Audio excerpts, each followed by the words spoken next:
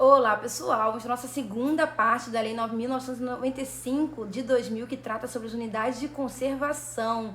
Mas antes, não deixem de se inscrever no canal e ativar o sininho para vocês estarem sempre recebendo novidades de concurso público e também a continuidade dessa playlist, ok? Então, bora começar!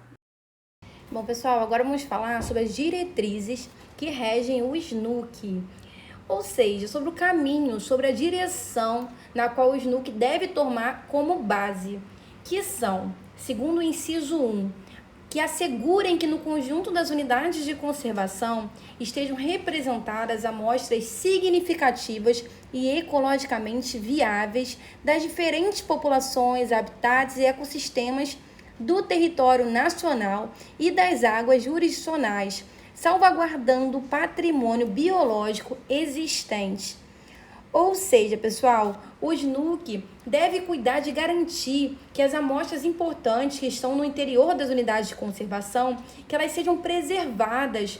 Ou seja, o SNUC, uma das diretrizes que o SNUC deve tomar como base é proteger o seu patrimônio biológico.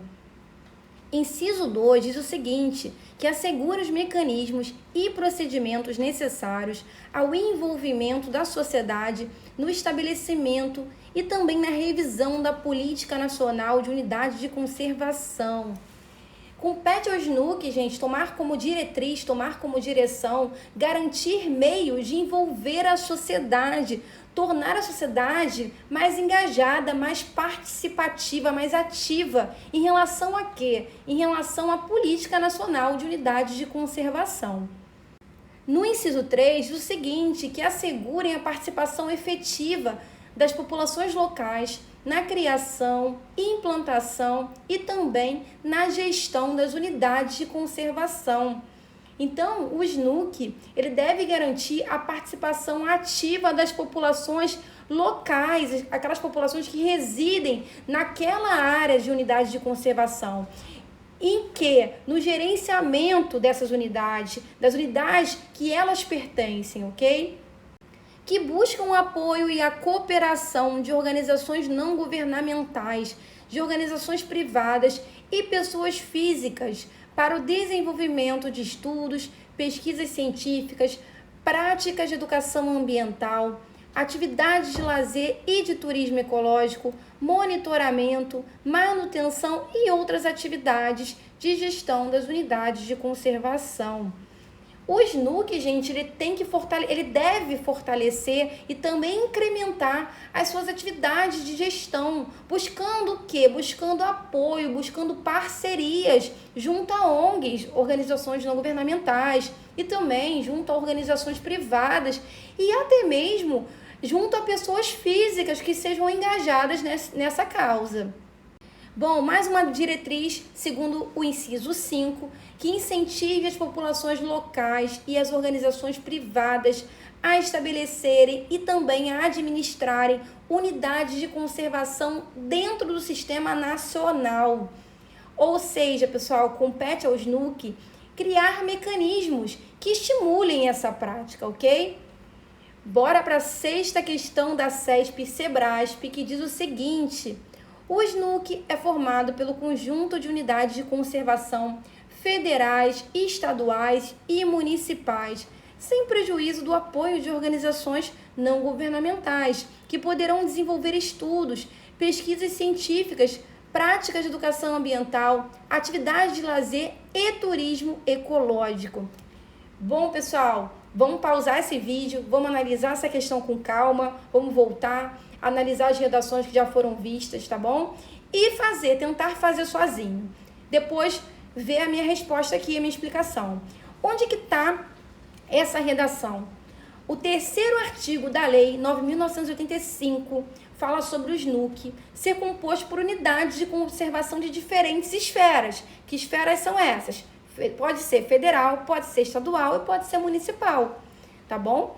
Além disso, o inciso 4 do 5º artigo dessa lei que a gente está estudando, da Lei 9.985, fala sobre as diretrizes, sobre a direção que o SNUC deve tomar e diz sobre a importância na busca de cooperação, de apoio com organizações não governamentais no desenvolvimento de estudos, pesquisas científicas, práticas de educação ambiental, atividades de lazer e turismo ecológico. Então, pessoal, a questão está certa, ok? Bom, ainda falando do 5º artigo dessa lei, o SNUC será regido por diretrizes que assegurem, nos casos possíveis, a sustentabilidade econômica das unidades de conservação. É aquilo que eu falo sempre nos meus vídeos, é tentar compatibilizar, é tentar chegar no meio termo em relação à conservação dos recursos oferecidos pela natureza com o progresso econômico, com o desenvolvimento econômico. Inciso 7. Que permitam o uso das unidades de conservação para a conservação in situ de populações das variantes genéticas selvagens dos animais e plantas domesticados e recursos genéticos silvestres. Ou seja, pessoal, compete ao SNUC criar mecanismos, criar medidas que conservem no interior das suas unidades, ou seja, de forma in situ. Quando eu falo in situ, eu estou falando na conservação das espécies dentro das áreas em que elas residem naturalmente, tá? Então, a ideia aqui é conservar no interior dessas unidades espécies representativas. Inciso 8. Que assegurem que o processo de criação e a gestão das unidades de conservação sejam feitos de forma integrada com as políticas de administração das terras e águas circundantes, considerando as condições e necessidades sociais e econômicas locais. Então, pessoal, compete ao SNUC garantir que o gerenciamento das unidades de conservação esteja em concordância com o quê? Em concordância com a administração dos recursos hídricos, da administração dos recursos que envolvem os ecossistemas aquáticos e também das terras ao redor dessas áreas, ok? Inciso 9. Considere as condições e necessidades das populações locais no desenvolvimento e também na adaptação de métodos e técnicas de uso sustentável dos recursos naturais. Então, galera, compete ao SNUC levar em consideração em suas decisões e também nas suas práticas de gestão as necessidades e também as demandas das populações locais, ok? Que garantam as populações tradicionais cuja subsistência dependa da utilização de recursos naturais existentes no interior das unidades de conservação, meios de subsistência alternativos ou a justa indenização pelos recursos perdidos. Então, compete ao SNUC garantir que as populações tradicionais tenham outros meios de subsistência, de sobrevivência, ou de alguma forma indenizá-las por comprometer a utilização dos recursos naturais que eram necessários à sua subsistência. Então, se por algum motivo você retira aquela fonte de recursos naturais que era a base de sobrevivência daquela população, você tem que arrumar uma forma de indenizar, porque você comprometeu a fonte de subsistência daquelas populações locais. Mas a ideia principal é você não gerar esse comprometimento, tá? É você tentar fazer com que eles consigam manter a sua fonte de subsistência, arrumar uma forma de compatibilizar isso. Mas, se não for possível, criar mecanismos alternativos de subsistência ou ainda indenizar essas populações tradicionais. Inciso 9. Garanta uma alocação adequada dos recursos financeiros necessários para que, uma vez criadas, as unidades de conservação possam ser geridas de forma eficaz e atender aos seus objetivos. Então, pessoal, compete ao SNUC administrar de forma eficiente e também de forma responsável o quê? Os recursos financeiros necessários à gestão, ao gerenciamento das unidades de conservação. Inciso 12. Busquem conferir às unidades de conservação, nos casos possíveis e respeitadas as conveniências da administração, a autonomia administrativa e também financeira. Então, compete ao SNUC assegurar as unidades de conservação que elas tenham o quê? Que elas tenham autonomia, seja uma autonomia administrativa quanto financeira ao seu funcionamento. Inciso 13. Busquem proteger grandes áreas por meio de um conjunto integrado de unidades de conservação de diferentes categorias, próximas ou contíguas, e suas respectivas zonas de amortecimento e corredores ecológicos, integrando as diferentes atividades de preservação da natureza, uso sustentável dos recursos naturais e também restauração e recuperação dos ecossistemas. Compete ao SNUC, pessoal, criar meios de proteção e também de conexão, de vínculo, uma forma de conectar essas unidades de conservação, ainda que elas sejam de diferentes categorias. Por quê, pessoal? Porque dessa forma você aumenta a eficácia na preservação e também na sustentabilidade dos recursos naturais presentes nessas áreas. Aumenta também o fluxo gênico, né? Aumenta o trânsito da biota com essa questão das conexões e também aumenta a variabilidade genética. O 6º artigo fala sobre os órgãos que gerenciam o SNUC, que são 3. O primeiro é o órgão consultivo e deliberativo, composto pelo Conselho Nacional do Meio Ambiente, o CONAMA, tá, pessoal? Que tem como atribuições acompanhar a implementação do sistema, ou seja, compete ao CONAMA monitorar se as condicionantes estão sendo cumpridas na implementação do sistema de unidades de conservação, na implementação do SNUC. O segundo é o órgão central, composto pelo Ministério do Meio Ambiente, com a finalidade de coordenar o sistema. Ou seja, a finalidade do Ministério do Meio Ambiente é de gerenciar o sistema como um todo, promovendo uma harmonia entre as partes envolvidas.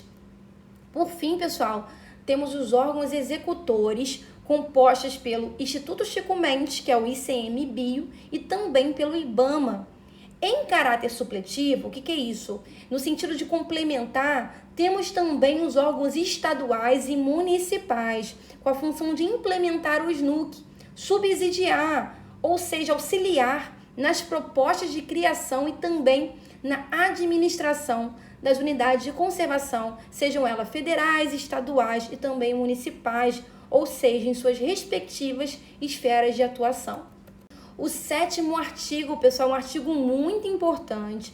Ele fala sobre as unidades de conservação serem divididas em 2 grupos, que são unidade de proteção integral e unidade de uso sustentável. Quais são os objetivos de cada uma delas, pessoal?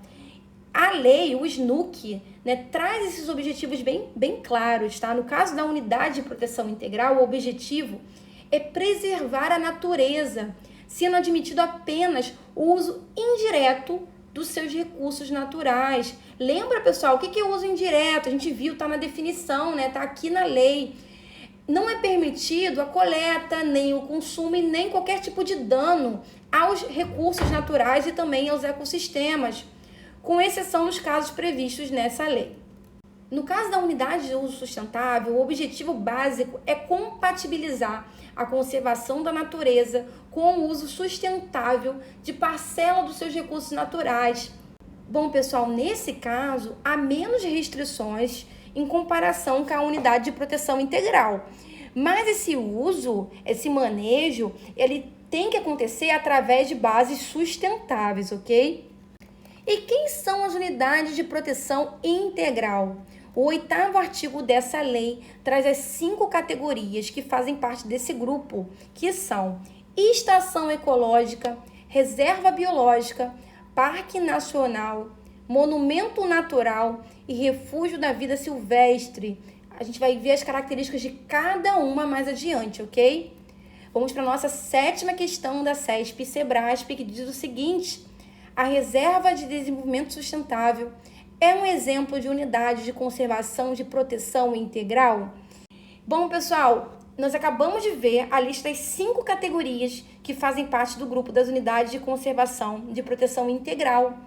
E a gente viu, por acaso, a Reserva de Desenvolvimento Sustentável dentro desse rol das 5 categorias? Não, a gente não viu, tá? Porque ela não está lá. Não existe essa categoria, ela não pertence ao grupo, né, das unidades de conservação de proteção integral. A reserva de desenvolvimento sustentável, ela até é sim uma categoria, só que ela faz parte do grupo das unidades de uso sustentável que nós vamos estudar mais adiante, ok? Então, a questão ela está errada.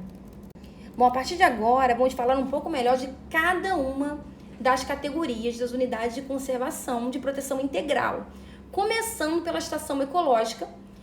A estação ecológica, ela tem como objetivo a preservação da natureza, ou seja, pessoal, a conservação dos seus recursos naturais e não só dos recursos, mas também dos ecossistemas, ok? E também das espécies que residem ali.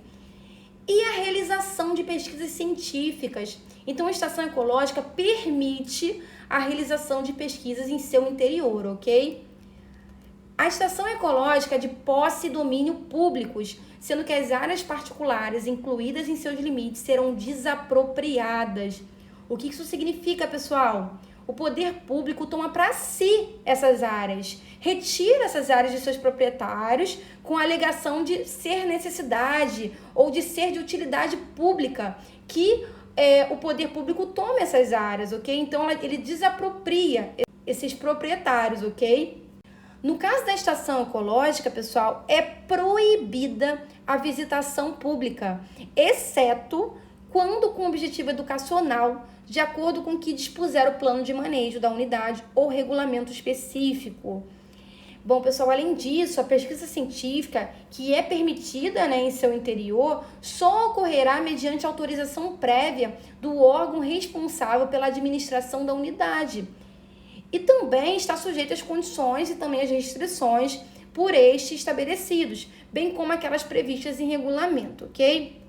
Algumas alterações nos ecossistemas das estações ecológicas são permitidas nos seguintes casos: medidas que visem a restauração de ecossistemas modificados, ou seja, fazer com que aquele ambiente fique o mais próximo possível do que ele era antes de ser degradado, de ser devastado, ok?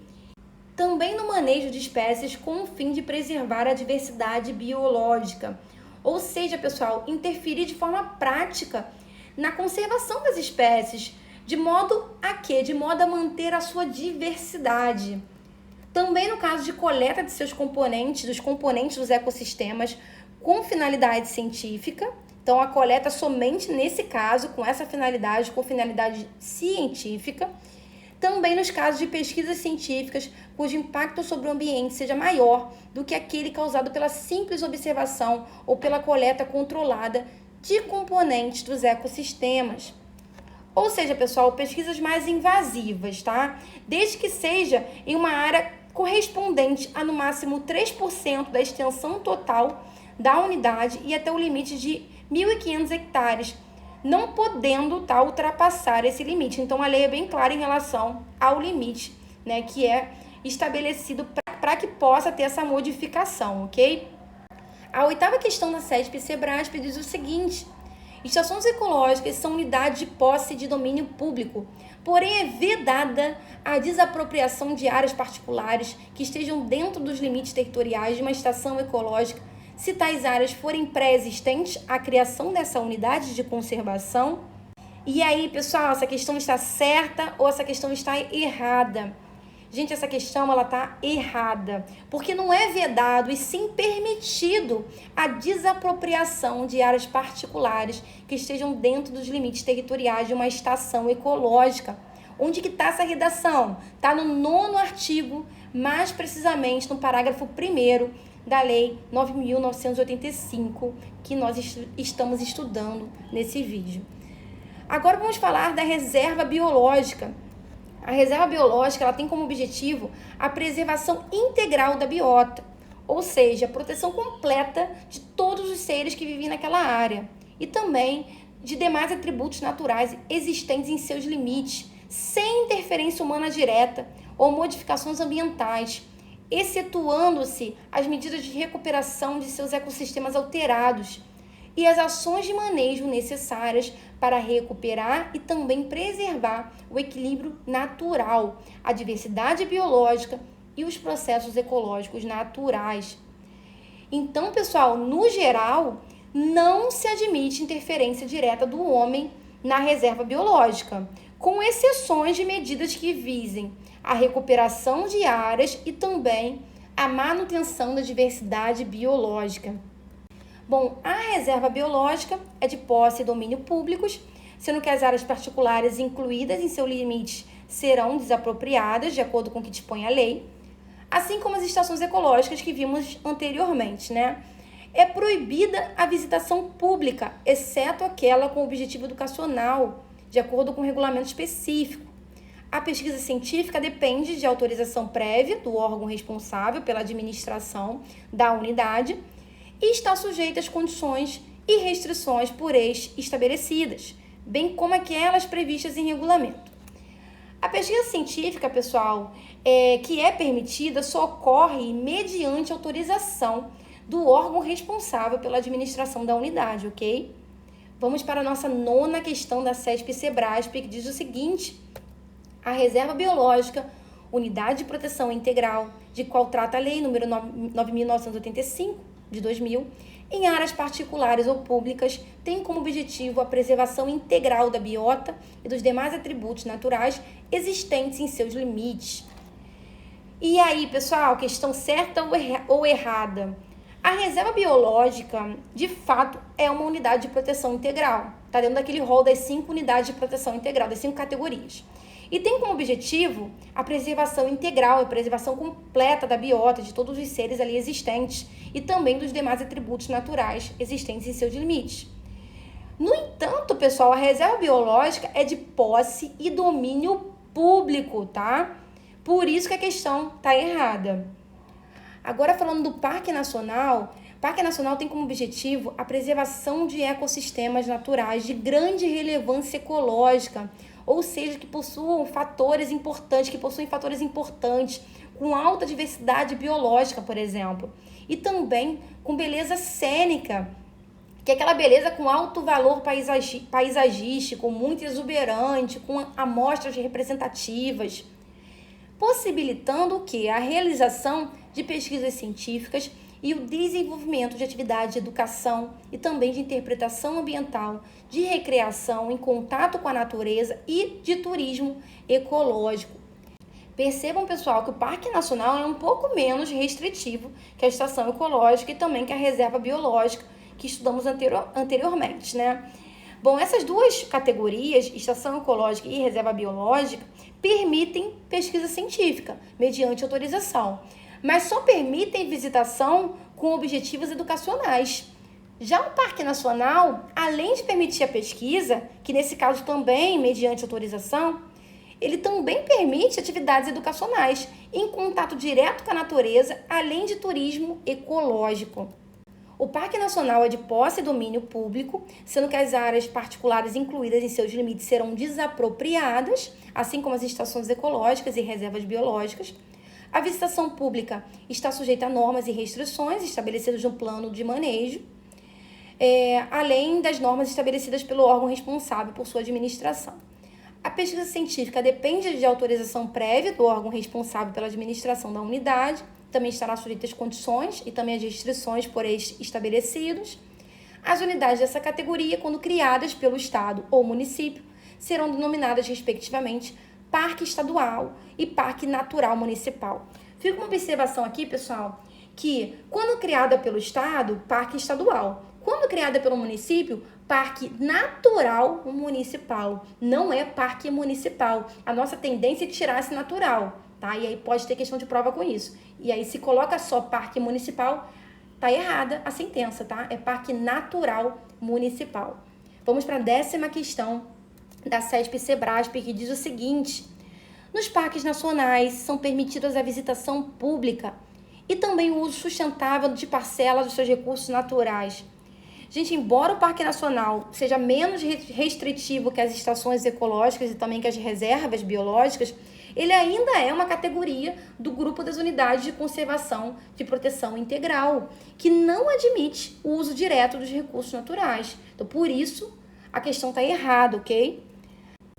Bom, pessoal, agora falando do monumento natural, essa categoria tem como objetivo básico preservar sítios naturais raros, singulares ou de grande beleza cênica, Ou seja, pessoal, sítios naturais com riquezas únicas dessa área e com uma beleza natural diferenciada. O monumento natural pode ser constituído por áreas particulares, desde que seja possível compatibilizar os objetivos da unidade com a utilização da terra e dos recursos naturais do local pelos proprietários. Bom, pessoal, percebam que o monumento natural, diferente das estações ecológicas da reserva biológica e do Parque Nacional, pode ter sim em seu interior áreas particulares, tá? Desde que haja essa compatibilização, ok? Em bases sustentáveis. Havendo incompatibilidade entre os objetivos da área e as atividades privadas, ou não havendo aquiescência do proprietário às condições propostas pelo órgão responsável pela administração da unidade para a coexistência do monumento natural com o uso da propriedade, a área deve ser desapropriada, tá? Então, embora o monumento natural permita a existência de áreas particulares no interior da unidade, essas áreas elas têm que estar de acordo com as regras da unidade, de acordo com o plano de manejo, por exemplo. Caso contrário, a área ela deve ser desapropriada pelo poder público.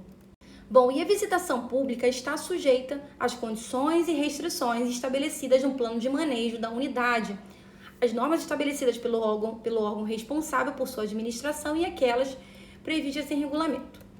Agora falando do refúgio da vida silvestre, pessoal, que tem como objetivo proteger ambientes naturais, onde se assegurem condições para a existência ou reprodução de espécies ou comunidades da flora local e da fauna residente ou migratória.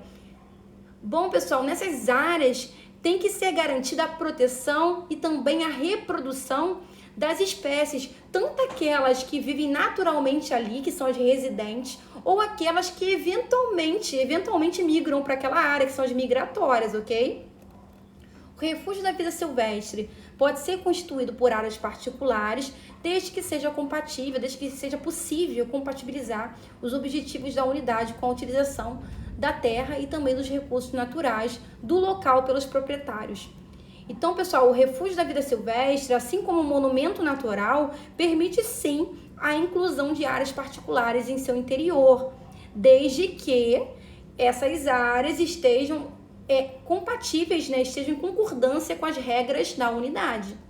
Havendo incompatibilidade entre os objetivos da área e as atividades privadas, ou não havendo aquiescência do proprietário às condições propostas pelo órgão responsável, né, pela administração da unidade, para a coexistência do refúgio da vida silvestre com o uso da propriedade, a área deve ser desapropriada de acordo com o que dispõe a lei.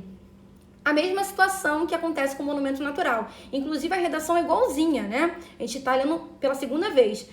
Havendo desacordo, as áreas particulares elas serão desapropriadas pelo poder público. A visitação pública está sujeita às normas e restrições estabelecidas no plano de manejo. E a pesquisa científica depende de autorização prévia do órgão responsável pela administração da unidade, também estará sujeita às condições por ele estabelecidas. Agora, pessoal, falando das unidades de uso sustentável, que são 7, pessoal, são 7 categorias. Área de proteção ambiental, a APA, área de relevante interesse ecológico, também conhecida como ARE, floresta nacional, também conhecida como FLONA, reserva extrativista, reserva de fauna, reserva de desenvolvimento sustentável e reserva particular do patrimônio natural, também conhecida como RPPN. Vou deixar aqui uma dica para vocês, ó. Às vezes é melhor memorizar as 5 categorias da proteção integral, que são menos, né? E as que sobrarem fazem parte do grupo de uso sustentável, ok? Mas a gente vai vendo as características de cada uma. Então, na medida que a gente vai vendo, a gente também vai memorizando, ok? Vamos para a nossa 11ª questão da CESP-CEBRASP, que diz o seguinte: constituem um grupo das unidades de uso sustentável as seguintes categorias de UC. UC é unidade de conservação, tá? Área de proteção ambiental, refúgio da vida silvestre, floresta nacional, reserva extrativista, reserva de fauna, reserva de desenvolvimento sustentável e reserva particular do patrimônio natural. Gente, refúgio da vida silvestre corresponde a uma categoria do grupo das unidades de conservação de proteção integral. O restante está ok, tá certo. Mas como tem uma errada, a sentença toda fica errada. Então fiquem ligados. Eles gostam muito de fazer isso, tá? Eles trocam uma unidade de conservação de uso sustentável e fala que ela é de proteção integral, por exemplo, tá? Ou o contrário. Bom, vamos para o artigo 15 dessa lei que fala sobre a área de proteção ambiental, a APA, que constitui uma área em geral extensa, com um certo grau de ocupação humana, dotada de atributos abióticos. O que são atributos abióticos? Não dotados de vida, como luminosidade, temperatura, pluviosidade, pH, e também bióticos, dotados de vida, os seres vivos propriamente ditos. Estéticos, fatores que levam em consideração o visual paisagístico, por exemplo, ou culturais, que tem a ver com toda a história atribuída àquele lugar. Especialmente importantes para a qualidade de vida e o bem-estar das populações humanas. E tem como objetivos básicos proteger a diversidade biológica, disciplinar o processo de ocupação e assegurar a sustentabilidade do uso dos recursos naturais. Percebam, pessoal, que por se tratar de uma categoria do grupo das unidades de uso sustentável, existe essa questão de garantir a sustentabilidade em relação ao uso dos recursos oferecidos pela natureza, ok? Não que a categoria, não que o grupo, né, de proteção integral não tenha esse objetivo, não é isso. Mas é porque o grupo de proteção integral ele é muito mais restritivo. Ele não permite o uso direto dos recursos naturais, né? Como no caso do uso sustentável permite-se esse uso, né, do uso direto, a coleta, tem que ter esse cuidado com a sustentabilidade, ok? A área de proteção ambiental é constituída por terras públicas ou privadas. Respeitando os limites constitucionais, podem ser estabelecidas normas e restrições para a utilização de uma propriedade privada localizada em uma área de proteção ambiental. As condições para a realização de pesquisa científica e visitação pública nas áreas sob domínio público serão estabelecidas pelo órgão gestor da unidade. Então, pessoal, é permitida a pesquisa científica e também a visitação pública, né, nas áreas que são públicas, tá? Desde que estejam de acordo com as condições estabelecidas pelo órgão gestor da unidade. Nas áreas sob propriedade privada, cabe ao proprietário estabelecer as condições para pesquisa e visitação pelo público. Então, no caso das áreas privadas, pessoal, vai depender do proprietário. Ele vai estabelecer ali as condições para visitação e também para pesquisa. Por fim, a área de proteção ambiental disporá de um conselho presidido pelo órgão responsável por sua administração e constituído por representantes dos órgãos públicos, das organizações da sociedade civil e da população residente. Bom, pessoal, agora falando da área de relevante interesse ecológico, a área. Trata-se de uma área em geral de pequena extensão, diferentemente da área de proteção ambiental, né, que é de grande extensão, com pouca ou nenhuma ocupação humana. No caso da área de proteção ambiental, já tinha uma certa ocupação humana. Agora, no caso da área de relevante interesse ecológico, já tem pouca ou nenhuma ocupação humana. Com características naturais extraordinárias ou que abriga exemplares raros da biota regional. E tem como objetivo manter os ecossistemas naturais de importância regional ou local e regular o uso admissível dessas áreas, de modo a compatibilizá-lo com os objetivos de conservação da natureza. A área de relevante interesse ecológico é constituída por terras públicas ou privadas, assim como a área de proteção ambiental que vimos anteriormente. Respeitados os limites constitucionais, podem ser estabelecidas normas e restrições para a utilização de uma propriedade privada localizada em uma área de relevante interesse ecológico. A mesma coisa acontece com a área de proteção ambiental. Bora para a 12ª questão da CESP, que diz o seguinte: entre as unidades de uso sustentável, a área de proteção ambiental é em geral extensa, com certo grau de ocupação humana e dotada de atributos abióticos, bióticos e estéticos. A área de relevante interesse ecológico é em geral de pequena extensão, com pouco ou nenhuma ocupação humana, com características naturais extraordinárias. E aí, pessoal, essa questão está certa ou está errada? Bom, essa redação tá perfeita, tá? Tá presente tanto no artigo 15, quando fala da área de proteção ambiental, da Lei 9.985, assim como também está presente no artigo 16, quando fala da área de relevante interesse ecológico, tá? Então perceba que a questão pegou duas unidades, pegou duas redações presentes, dois artigos presentes na lei, juntou e formou uma sentença, ok? E ela tá certa por completo. Bom, pessoal, falando agora da Floresta Nacional, essa é uma área com cobertura florestal de espécies predominantemente nativas, ou seja, espécies que nasceram ali, que são naturalmente daquela área, que não foram introduzidas ali, tá? Então, predomina essas espécies. E tem como objetivo básico o uso múltiplo sustentável dos recursos florestais e também a pesquisa científica, com ênfase em métodos para a exploração sustentável de florestas nativas. A Floresta Nacional é de posse e domínios públicos, sendo que suas áreas particulares serão desapropriadas. Nas florestas nacionais é admitida a permanência de populações tradicionais que a habitem quando de sua criação, em conformidade com o plano de manejo. Então, pessoal, embora a Floresta Nacional não admita áreas particulares, ela admite sim a permanência das populações tradicionais que já viviam ali quando de sua criação. A visitação pública é permitida, condicionada às normas do plano de manejo. A pesquisa é permitida e incentivada, sujeitando-se à prévia autorização do órgão responsável pela administração da unidade. Então, no caso da Floresta Nacional, a pesquisa científica não é só permitida, ela é também incentivada, ela também é estimulada. A Floresta Nacional também vai dispor de um conselho consultivo, que vai ser presidido pelo órgão responsável por sua administração, e também vai ter representantes de órgãos públicos, organizações da sociedade civil e também, quando for o caso, de populações tradicionais residentes, tá? Então, a Floresta Nacional também contará com um conselho, assim como a área de proteção ambiental que nós já vimos. A unidade dessa categoria, quando criada pelo Estado ou município, será denominada respectivamente Floresta Estadual e Floresta Municipal. Vamos para a nossa 13ª questão da CESP e SEBRASP, que diz o seguinte: é proibida a realização de pesquisas científicas em áreas de florestas nacionais. E aí, pessoal, certo ou errado essa questão? Gente, a pesquisa científica, além de ser permitida, ela também é incentivada, ela também é estimulada. Essa redação está no parágrafo 4 do artigo 17 da Lei 9.985, que nós estamos estudando aqui. Então, a questão está errada.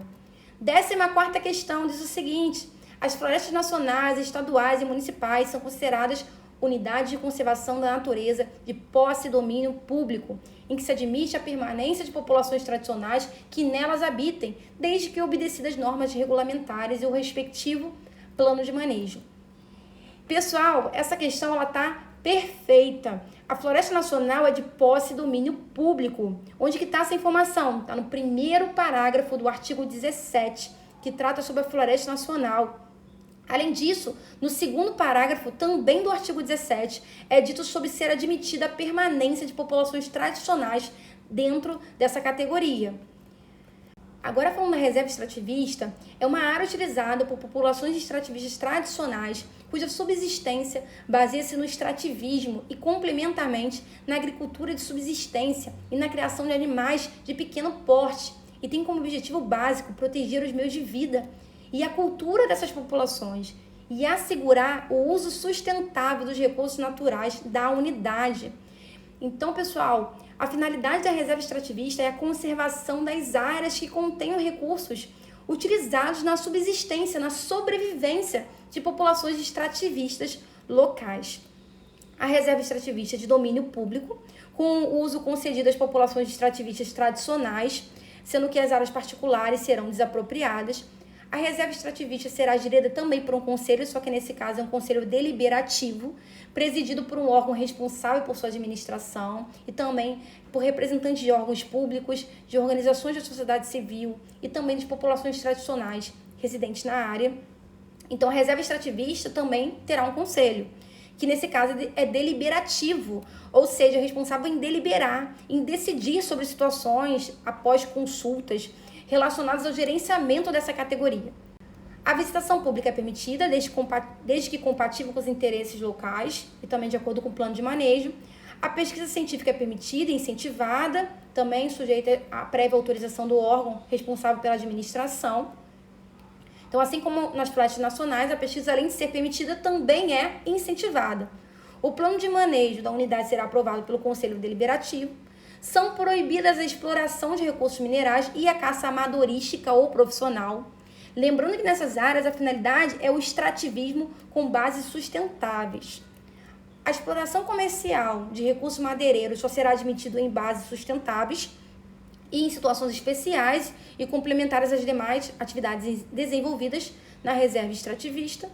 Bom, pessoal, agora falando da reserva da fauna, é uma área natural com populações animais de espécies nativas que habitam naturalmente aquela área, terrestres ou aquáticas, residentes ou migratórias, adequadas para estudos técnicos e científicos sobre o manejo econômico sustentável de recursos faunísticos. Ou seja, o foco da reserva da fauna é a proteção a quem? É a proteção à biota, aos seres vivos, tá? A reserva da fauna é de posse e domínios públicos, sendo que as áreas particulares incluídas em seus limites devem ser desapropriadas.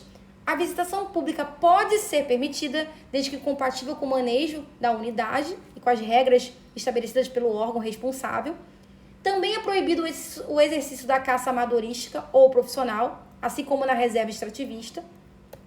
A comercialização dos produtos e subprodutos resultantes das pesquisas obedecerá ao disposto nessa lei, nas leis sobre fauna.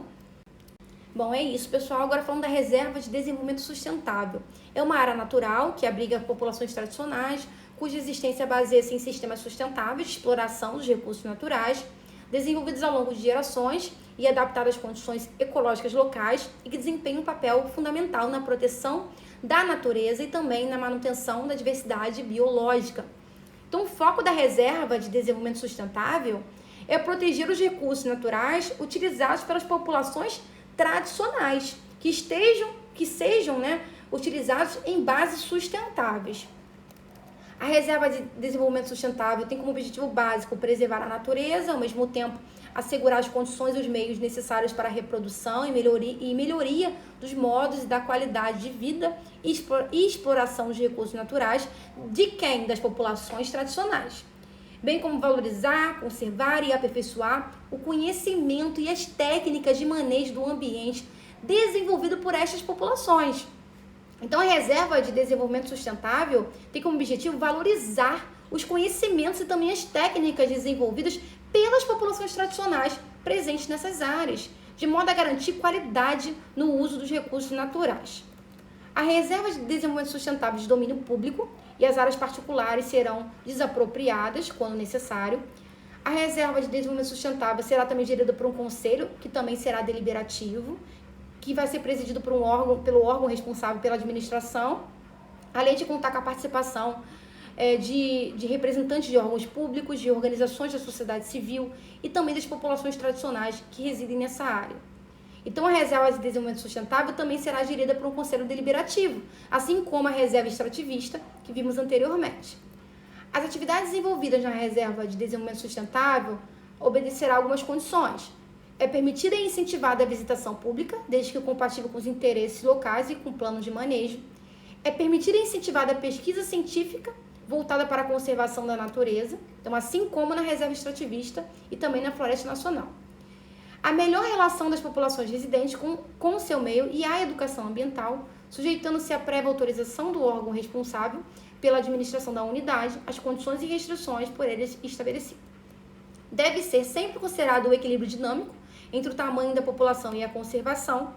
É admitida a exploração de componentes dos ecossistemas naturais em regime de manejo sustentável e também a substituição da cobertura vegetal por espécies cultiváveis, desde que estejam sujeitos ao zoneamento e às limitações legais e o plano de manejo. Então, pessoal, admite-se a exploração dos componentes da natureza desde que respeite o entorno, o plano de manejo e também as delimitações de zoneamento, por exemplo.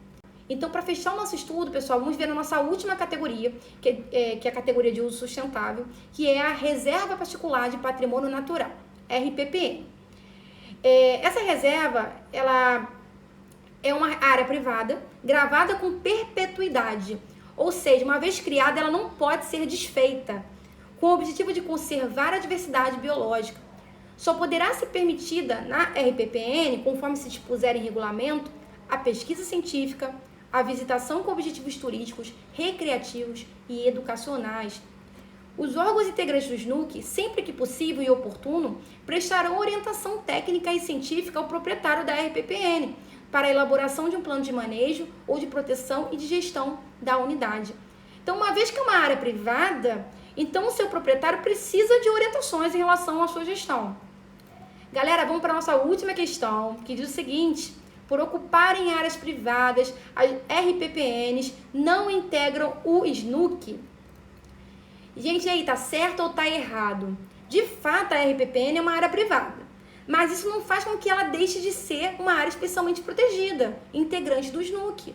Inclusive, ela é classificada como uma unidade de conservação de uso sustentável, uma das categorias, né, desse grupo. Então, a questão está errada. Fala pessoal, eu espero que esse vídeo tenha contribuído para os estudos de vocês. Não deixem de assistir também as playlists, tá, de resolução de questão da Banca CESP e Sebrasp e de continuarem ligados no canal porque vem mais legislação por aí, ok? Bons estudos e até o próximo vídeo. Tchau, tchau!